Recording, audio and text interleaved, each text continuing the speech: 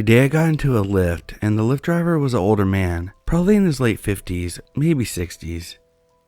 Anyway, my destination is less than 10 minutes away, a quick trip down the street. He starts making light conversation, how's my day going, and whatnot. I make a joke that I don't even remember, and the next thing he says to me makes my blood run cold instantly.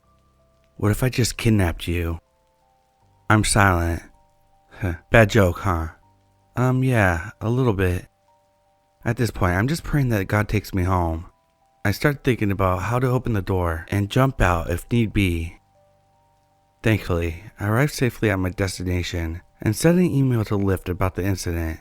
But seriously, what the fuck?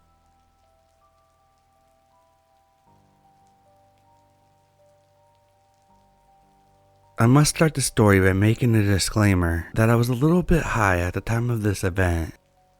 I had smoked with my boyfriend 2 to 3 hours before, so it was minimal really. With that out of the way, here it goes. I was at my boyfriend's house after a night of cooking and watching movies. I could not stay the night because I had a matter to attend to the next day. Usually, my boyfriend would just drop me off at home, but like I said, we had smoked, so I preferred he'd stay home and I could just ride an Uber. It was quite late, a bit after midnight, and of course, he did not like the idea, but it's usually safe to get an Uber back to your home, so I brushed it off. The time came for me to leave, and my boyfriend came to me to the Uber's door saying goodbye and making sure he took a look at the guy and the plates, and I was off. The drive from my boyfriend's house takes about 15 to 17 minutes. When we were about 7 minutes from getting home, he suddenly started talking to me about gas prices and whatnot, asking me if that was my boyfriend. I said yes. Mind you, it was quite obvious. And he just started giving me weird vibes, asking how old I was, if I drive a car, what car, etc. At some point, we were passing through a quiet, desolate, somewhat long road. I live in part of the city that is pretty covered with trees and nature, and there was a car stopped, seemingly having trouble. Then the guy asked me, "Hey, if the car was suddenly stopped in the middle of the road, what would you do?" I would let my parents know exactly where I was so that they could come and then ask for help. Smart. Now what if it stopped and there's no one around and you had no battery on your phone? That wouldn't happen. I always had battery on my phone. He kept on insisting on what I would do in the situation. It felt weird and creepy, and my heart began beating so fast. He suddenly stopped asking, and I was letting my boyfriend know all that was happening. When we were very close to getting to my house, which again is in an even more desolate and dark area, he started talking about how dark and far from everywhere this was, and how he had never been here before. I don't know, it was weird. I didn't even want him to drop me off in front of my house because of not wanting him to know where I lived. When we got to my house, he just said bye, and I sped walked home and locked my doors as fast as I could. I'm not sure if I was just paranoid or if this was just really off, but it felt weird, and the next time I will definitely be staying at my boyfriend's.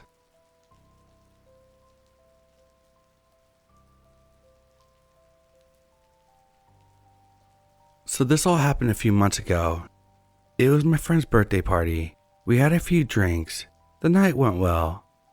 But my friend was wasted, so some of his friends took him, and I was waiting outside for a Lyft. Then a car stopped right before me. A man asked me what I was doing.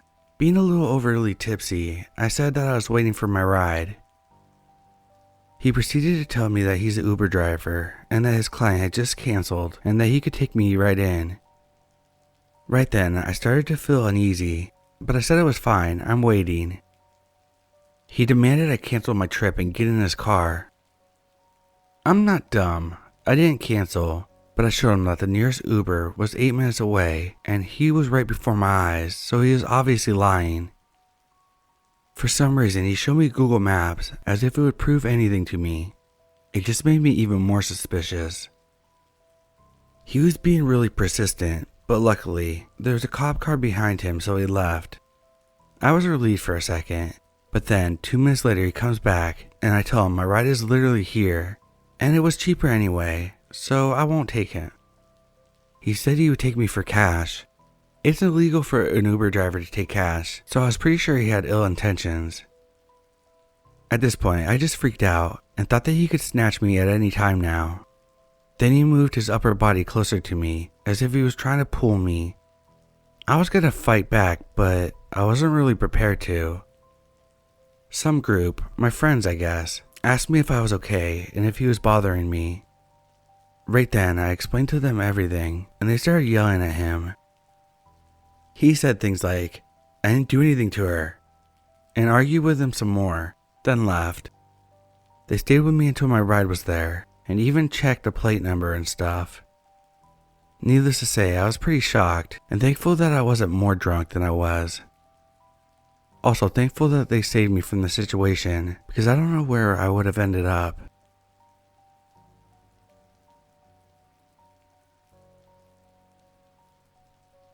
I'm no rider, but it's 5 a.m. and it feels like a good time to get this off my chest.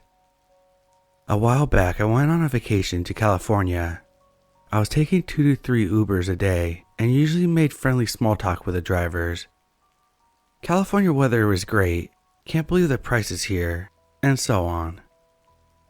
One driver picked me up, and by chance, I asked him if he could take me to In-N-Out, a couple blocks from my hotel, and instead of the hotel itself. I was traveling alone. He asked me what I was doing in California, so I told him I was on vacation. He asked me who I came with. This made me instantly feel on edge, like I should say my boyfriend. It felt like he was trying to gauge if I was traveling alone. I said, "I'm with family." He asked me where I was staying. I pretended I didn't hear him. He asked again, and I said, "A hotel." He asked me if it was near where he was dropping me off.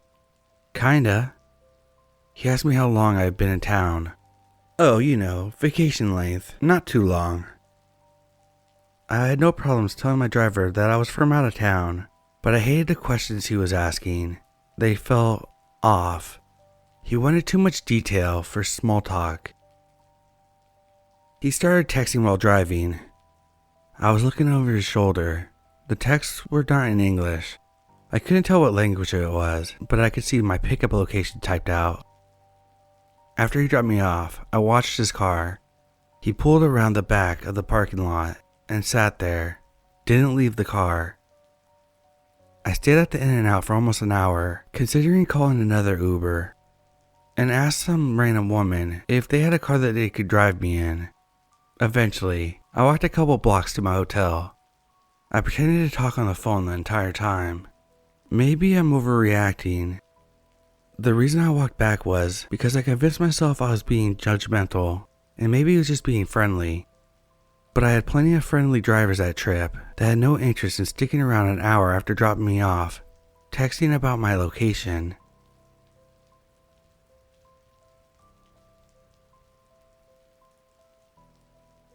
This story happened about 5 years ago, back when I was still driving for Uber.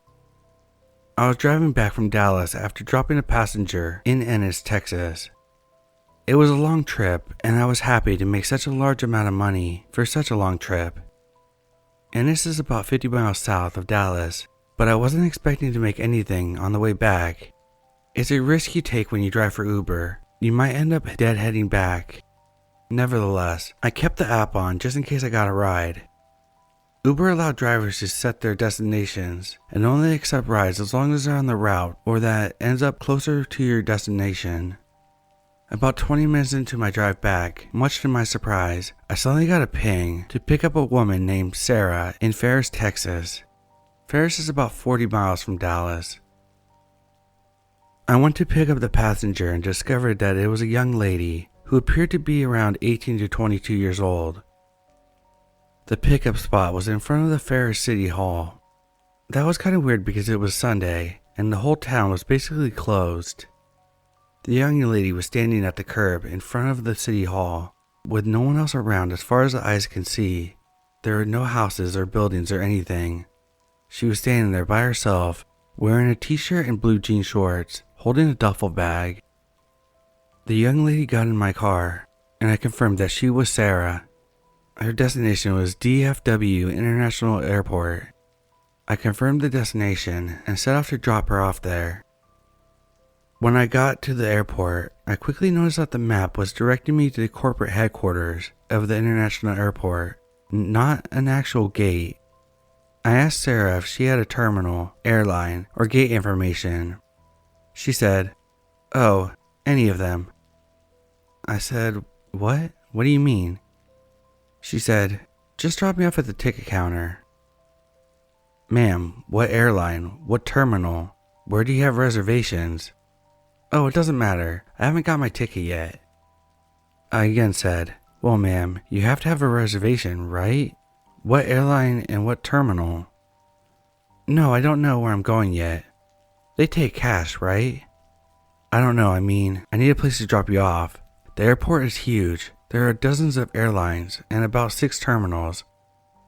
She finally just said to drop her off in front of the hotel's airport that is empty inside of the airport, and she got out and walked off. Perplexed by the weirdness of this ordeal, on the way out, I flagged down an airport police officer and told him the whole story and told him where I dropped her off. He said he would check it out. This was 5 years ago. I never did find out what the heck that was all about.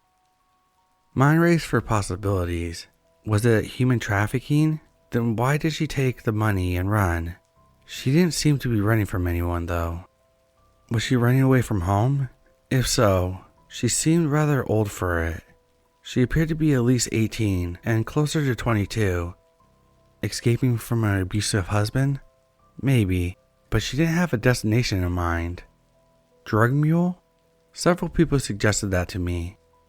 If so, why wouldn't she know where she was going? And if she's running from anything bad, why didn't she have me drop her off at the nearest police department? Anyway, that's my odd story. Any thoughts?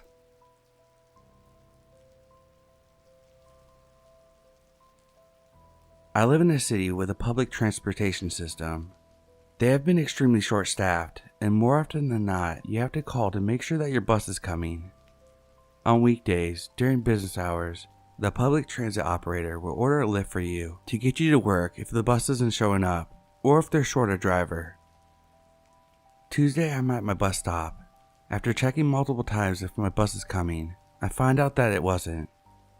They ordered me a Lyft and that was nice. An older gentleman was my driver.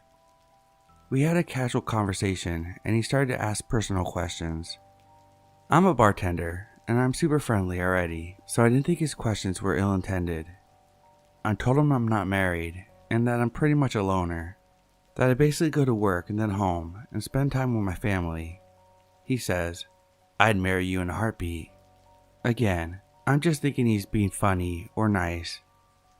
I asked him to drop me off at the downtown grocery so that I could pick up some things I needed for work. When we stopped, he said he was joking and that he was married and had a son my age. He asked if I was interested in maybe meeting him.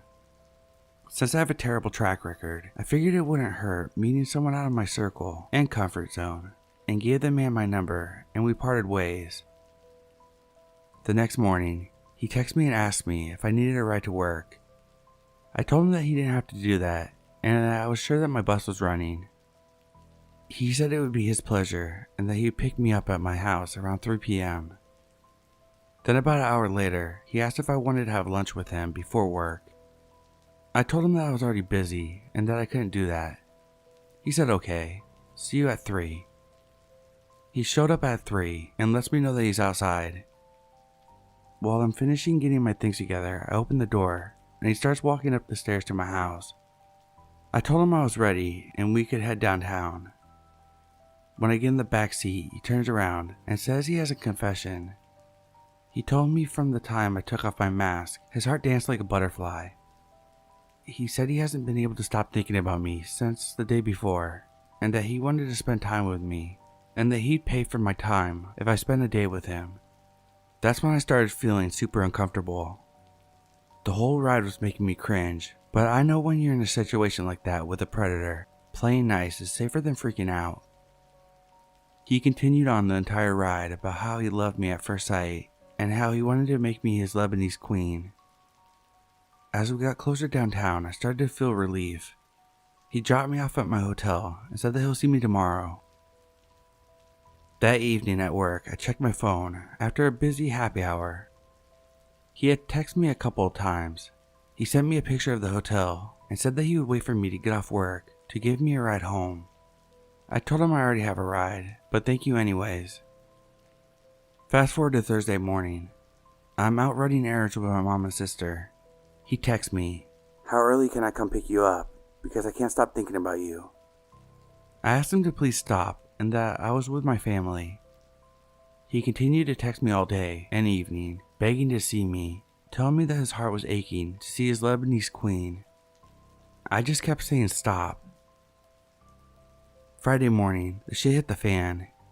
He tells me that he loves me no matter what. He said, "I told my wife about you, and that I'm in love with you, and I want a divorce." I told him please don't do that, and it wasn't right to treat his wife that way. He said, "It's not your fault, we're drifting apart anyways." Then he said, "I'm picking you up for dinner at 5:30, and I'm not taking no for an answer." I ignored the messages during the day, and just went about my day off. Around 5:25, my video doorbell rings, and he's standing on my porch for at least 15 minutes. I told him that I wasn't home, and that he should leave. He continues to text me and begs to come pick me up from my parents. I was at home the whole time, but I was too scared to let him know that. I eventually called the non-emergency police, but he had already left by the time I got through. I filed a general report, but technically they can't do anything unless he's standing on my porch threatening me. They advised me to report it through Lyft though, so I did. Haven't heard anything since, but that shit was just creepy as fuck. Come on, open up, please. Be sweet.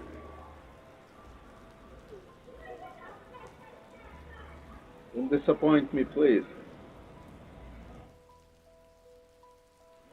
Cat?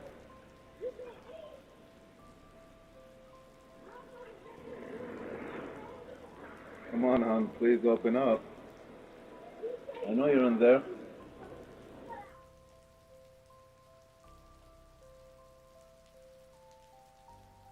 Trigger warning for this story for sexual assault. There's timestamps to skip if you feel like doing so.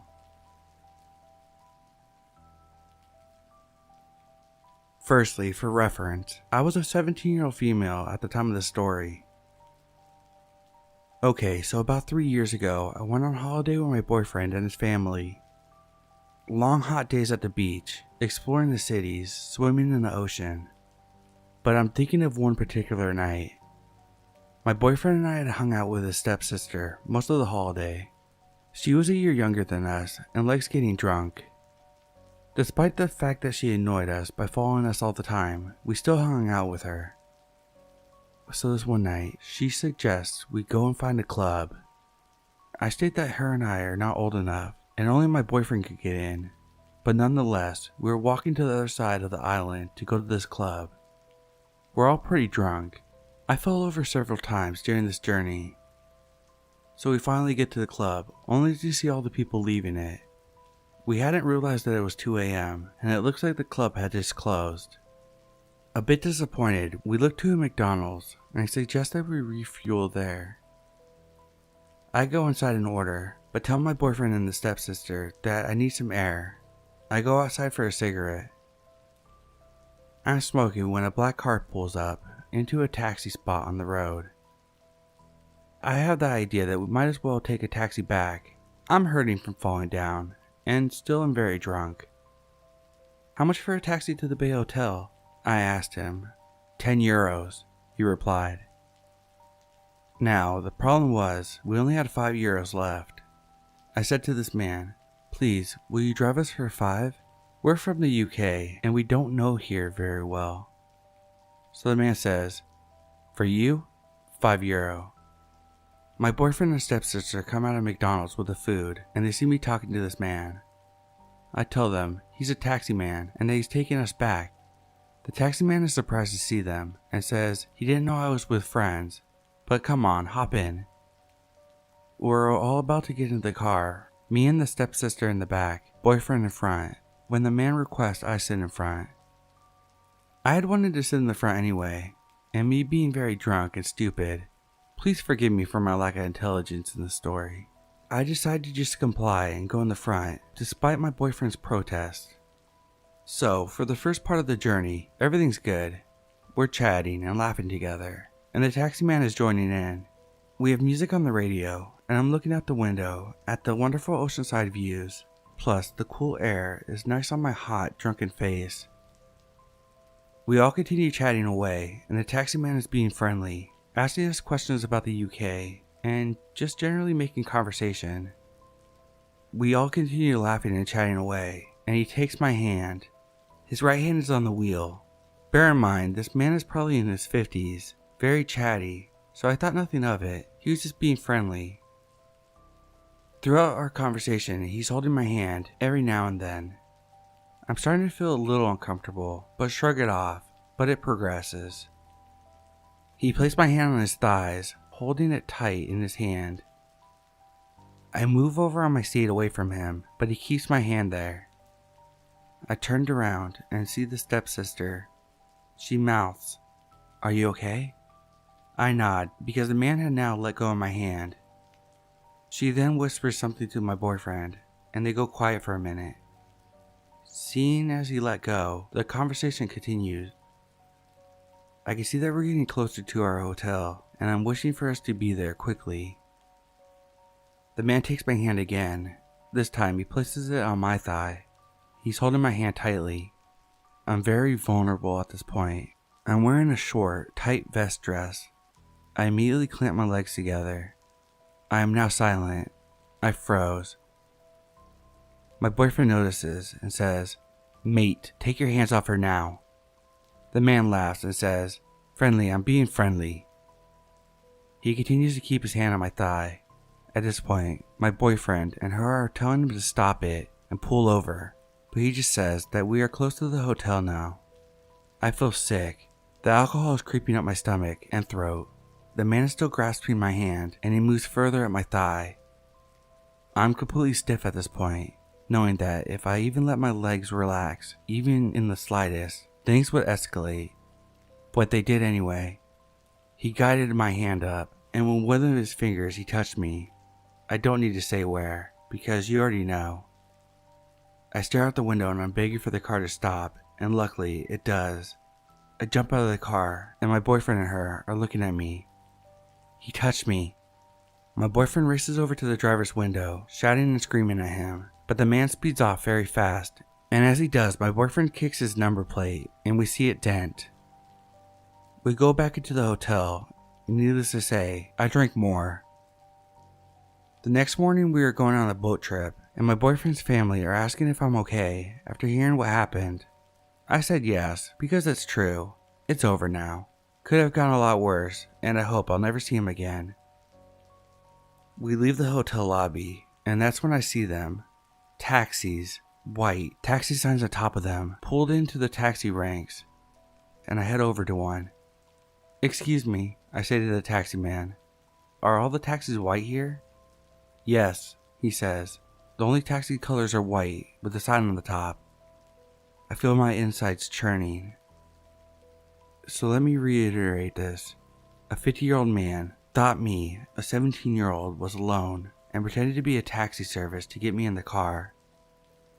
Creepy taxi predator. Please let's not meet again.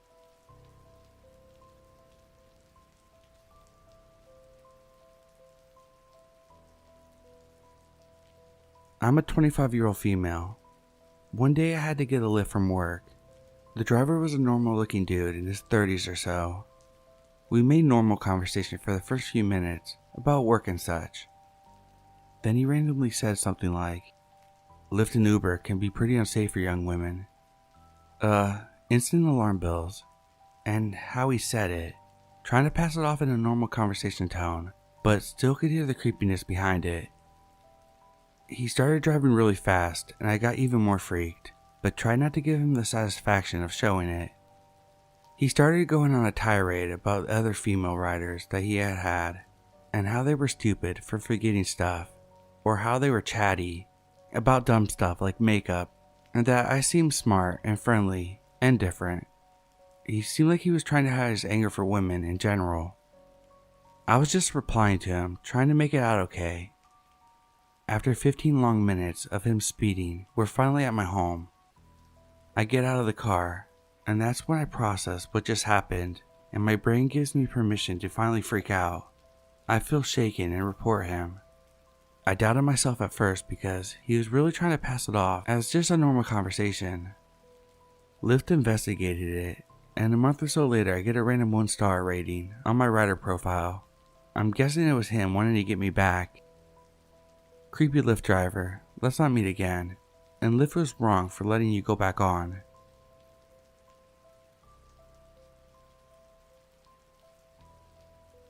I'm a 32-year-old female. I was in an Uber last night, and I admit, I was quite drunk as I had a few beers. I ordered an Uber, then climbed in when the driver arrived. As I was quite drunk, I sort of dozed off a bit. However, I then noticed that we were going the wrong way. Not that he turned down a different road, but he was driving in the opposite direction. I started to freak out, and he basically laughed at me and was like, "I'm trying to get you home. I'm not going to charge you more." And then he turned his car around. It should have been about a 10-minute trip, but took a half an hour. Honestly, if I hadn't noticed then, where the fuck was he going? As a woman, it really creeps me out. I'm gonna put a complaint into Uber, but honestly, I'm not expecting any outcome from it. This was the first time I ever felt unsafe from an Uber ride.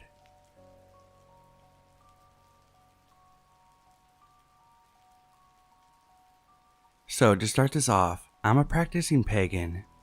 I've been since around May of 2019. My best friend, let's call them M, is as well. So, we were using a paid traveling service to go to a local shop of religious items, and the driver that was taking us was extremely talkative. Eventually, he starts pestering us, wanting to know what the place we were going to is. I tell him it's a shop for religious studies, and he asked if it's for Christians. I tell him it's for everybody, no matter what religious background. He eventually decides to ask me what my favorite religion is. Immediately, I become uncomfortable, because based on his question about Christians earlier, I have a feeling as where this is going. I tell him, I don't have a favorite, but I'm pagan, because I don't want to lie about my faith. As I responded, he starts to slow down the car. We're on a very quiet street, so small that the road itself was made out of red bricks, rather than tar. He then asks, "So you don't believe in my Lord and Savior Jesus Christ?" My heart was literally thumping. Every single alarm I have is blaring, telling me that Em and I need to get the hell out of this car. I tell him that I don't worship him as a religious figure, but I do believe in the historical documentation that he was alive. He begins to turn his head, and I could just see Em in the seat next to me, internally freaking the hell out. Then, like a literal miracle, these men burst out of their house that the car had basically stopped in front of to hang dry their clothes.